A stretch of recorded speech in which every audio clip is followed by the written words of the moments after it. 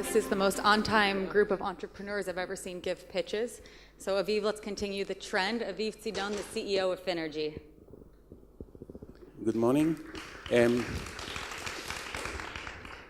My name is Aviv Tzidon, and I'm running Finergy. We started Finergy in 2008.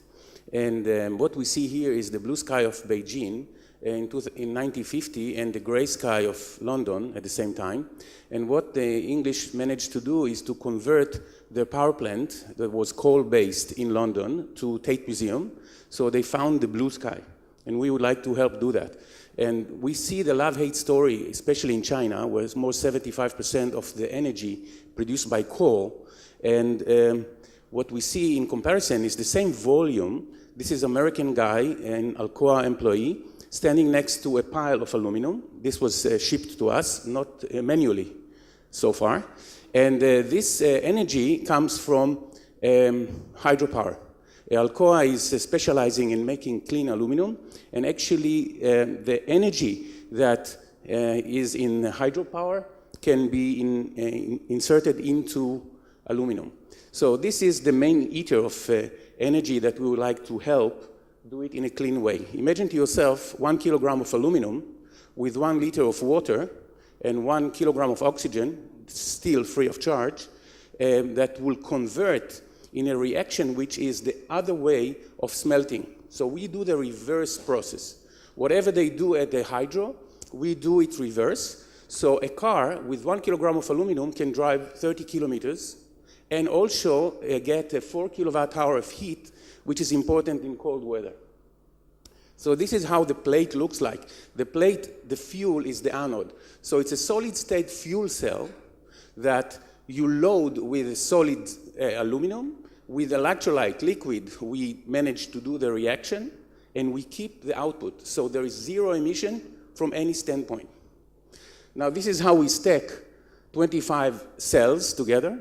This is how we stack 100 cells together. And this is a quarter of megawatt hour. This is 240 kilowatt hour battery system. It weighs less than 100 kilogram. And if we look at the process that we want to show, it skipped my movie. Maybe I'll go backwards, or I'll do it from here. We can show you how we load it. It's not here. So I have to describe to you. We can take this stack. It is about 20 kilogram each, and we can load it in 20 seconds. And 20 seconds for 50 kilowatt hour is equivalent to a 9 megawatt. So if in 20 seconds you want to charge your car for something equivalent of 300, 400 kilometers, depends on the size of car, it is something like 9 megawatt, which is about 5,000 homes. So there is a big conflict when we look about energy. In one hand, we want to fast charge our cars, but once we are converting the energy from electricity to lithium-ion battery, let's say, we are taking from the infrastructure a very high demand. So if we want to be with the speed we are used to be in cars, we should do something different. And we think about solid-state aluminum, which every country can produce. Aluminum is over capacity in the world today. Some countries shutting down smelters, and each country can have their own freedom of electricity, and because they can produce it, where they have a lot of energy, somewhere remotely, and then burn it, oxidize it when they need. And there is one thing I want to say. Yesterday there was mentioning about hydrogen. Hydrogen is a great thing. The same thing, it's about 2 times more heavy, but hydrogen has the energy that can explode if somebody uses it maliciously. And aluminum is very, very safe. Time's up. Thank you, Aviv. I know it's early, guys, but can we just show a little bit more energy in welcoming our next entrepreneur, Talia Vinegar of Softwheel. Thank you. So I'm the only woman presenter, but I'm also pregnant. So that counts as 3 women. Imagine there are 3 women here presenting. Honorable Secretary Fox, Eyal Rosner, dear guests and organizers. My name is Talia. I'm Business Development Manager for Softwheel. I am very proud to be on a team of a company that has actually reinvented the wheel. What do I mean by reinventing the wheel? We've created the only wheel in the world that has an in-wheel selective symmetric suspension. Our main advantage, energy efficiency. Ooh. As you can see from here, this is about how the mechanism works. We have actually prototypes of our wheels outside in our booth. So as I said, main advantage, energy efficiency. But, and this is a very important but, because of our unique suspension system, we do not compromise comfort. On the contrary, we improve comfort. Let me show you just a quick trial in regards to energy efficiency of the wheel. We are 5 years old. For the last 2 years, we've been working in the wheelchair market with the biggest wheelchair manufacturers in the world. We've been improving the lives of thousands of wheelchair users by providing them with these advantages, with energy efficiency and with comfort.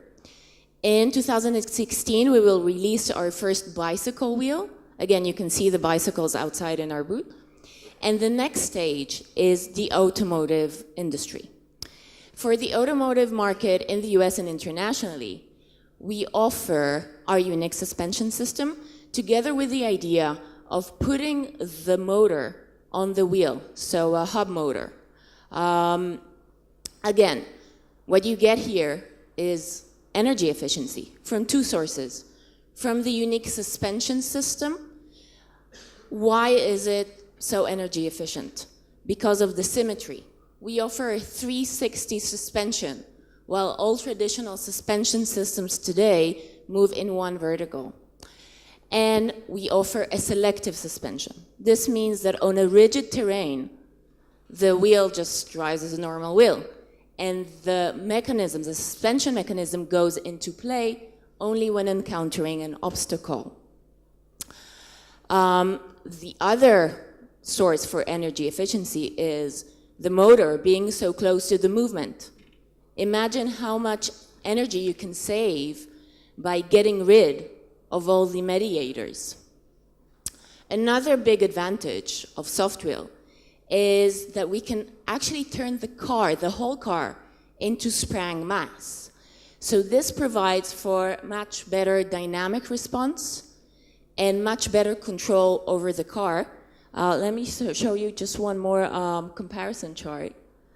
So this is soft wheel versus a stop and start mechanism. You can see we're better. So again, we can turn the whole car into sprang mass. Imagine driving a Mustang with the comfort of a Cadillac. We are in touch with big universities in terms of R&D and with the biggest automotive, with big players in the automotive market. And we hope that soon every wheel on an electric car will be a soft wheel. Thank you very much. Thank you, Talia. Thank you, Talia. I'm very much looking forward to the soft wheel bicycle. And for our closer, last but not least, we have Professor Litzen of StoreDot. Thank you. Good morning. Do you hear me? Okay. When we were preparing to this conference, I was happy to hear that actually there is exactly 4 minutes that are given for me to make my pitch that perfectly fits our main message. So just imagine that you are coming with your electric car, and I believe that there'll be more and more people using electric cars, and you start to fuel your car just in the beginning of my speech, and by the end of the speech you expect your car to be with full gasoline tank. So it will be in 4 minutes, and that's our usual experience for gasoline, but what's with the electric cars? And I want to present you with the company StoreDot, and our main mission is to revolutionize energy storage using novel materials. And our main goal is the instant charging. We call it instant charging because the quick charge, fast charge are already caught by other companies. And they, the best they provide is just half an hour, like Tesla supercharger, half an hour charging of their cars. We want to go much faster, as fast as I give the speech, so to give it in 4-5 minutes the full tank of electric energy. This is the problem. So there are many stations, the cars are more and more sold in electric, and clearly the electric vehicles will be catching the bigger proportion among the cars. And there are already more than 10,000 stations and 26 charging outlets in the United States, and hundreds of thousands all over the world. You see it on the map. But still, it's a slow charging thing and slow moving show. Okay. So here is the vision. The vision is we provide new generation of electric vehicle batteries and charging station that charges your car in 5 minutes without. So all the experience is just the same without degrading energy density, cycle life, and safety. So the highlights of the technology is very high charging rates, low internal resistance, so there is no heating, and increased charge-discharge cycles and better safety. We have already our cell, the cell that is intended for mobile phones, and this cell we are already in negotiations with partners of introducing this cell, and we hope by Q4 of 2016, Q1 of 2017, you'll have an opportunity to buy a telephone that will be charged in just 5 minutes. And we have started to design the electric vehicles chargers and batteries such that by the second half of 2017 you'll be able to charge your car in 5 minutes. So what's our vision of the future? We believe that by 2020, but 2020, all the electric cars will be charged in as small as 5 minutes, and your car is fully charged. Thank you.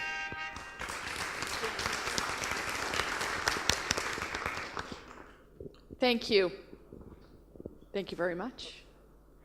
I'd now like to call the U.S. Secretary of Transportation, Anthony Fox, for a brief Q&A with our entrepreneurs.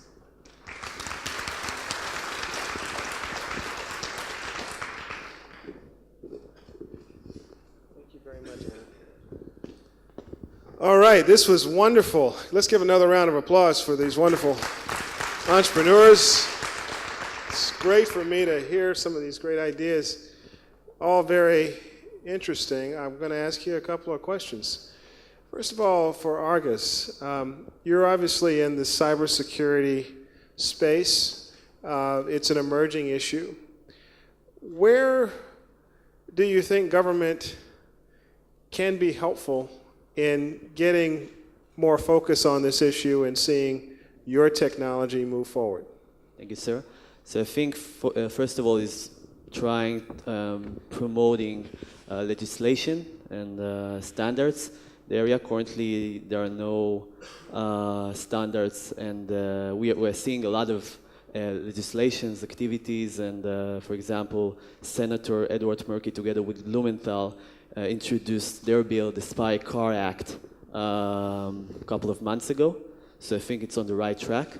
I think this is the most important in sense of emergency to promote. Yeah. And for Freightos, this is a big deal, being able to move freight and disrupting the normal channels by which people are able to access freight movements. I guess the question that I have for you is that it just seems very complicated. You have different modes of transportation. They all levy differently. There are different ways to confirm the delivery and the transport of goods. How deep into all of that can your product go, or is it purely a pricing model? I completely agree that it's been pretty complex. We've managed to, since we're working together with these logistics providers, instead of trying to cut them out of the picture, we've managed to get an incredibly deep together with them in order to create technology, a robust enough technology that can really support that. At the same time, we also have a huge cultural challenge that we need to face, because it's not just automating the industry, it's convincing a relatively old school industry that it needs that automation, and helping them get on board, empowering the logistics providers to bring them forward rather than just the technology itself. And for Finergy, aluminum air batteries. Tell me, there's a lot of debate about fuel inputs into automobiles. And so you've got a lot of competition out there for alternative inputs. Tell me in 10 seconds or less why you beat these other technologies. We don't want to compete, but if you look at the process of mankind, we used to do very ugly things. We burn many things, and we even kill whales to make candles in some point of time. So if you don't want to get CO2, NOx, SOx, you better don't put it in your fuel. And aluminum has none of this. More so, the process is as such that you retain everything you can do. I just dropped 2 kilowatt hour, which the equivalent lithium ion is 20 kilogram. And this is much lighter. And this is what happens to the aluminum when it is being depleted. So we actually consume metal in a very easy, controlled way. And this is the reverse process of a smelter. This, on this, a car can go something like 20, 30 kilometers. So this is nice. And we hope in the future people use that at home as a reserve power, as for a grid, distributed grid implementation and so forth. Excellent. So it's not only for cars. Cars is for show, and probably power plant will be for dough. Got it. Thank you. You want to keep it? Yeah, I'll take It's yours. 20 kilometers. I'll get there. Soft wheel. Yeah. So this is, we spent a lot of time in my building talking about not reinventing the wheel. You really want to reinvent the wheel. So tell me. We have. You have reinvented the wheel. All right, very good. Tell me, if I'm riding a bicycle or something, is this going to feel like easier? Am I going to get less workout because I'm being more efficient here? Well, the workout point is a good point. I'm looking to work out because I've got my fuel cell here. I'm ready to go.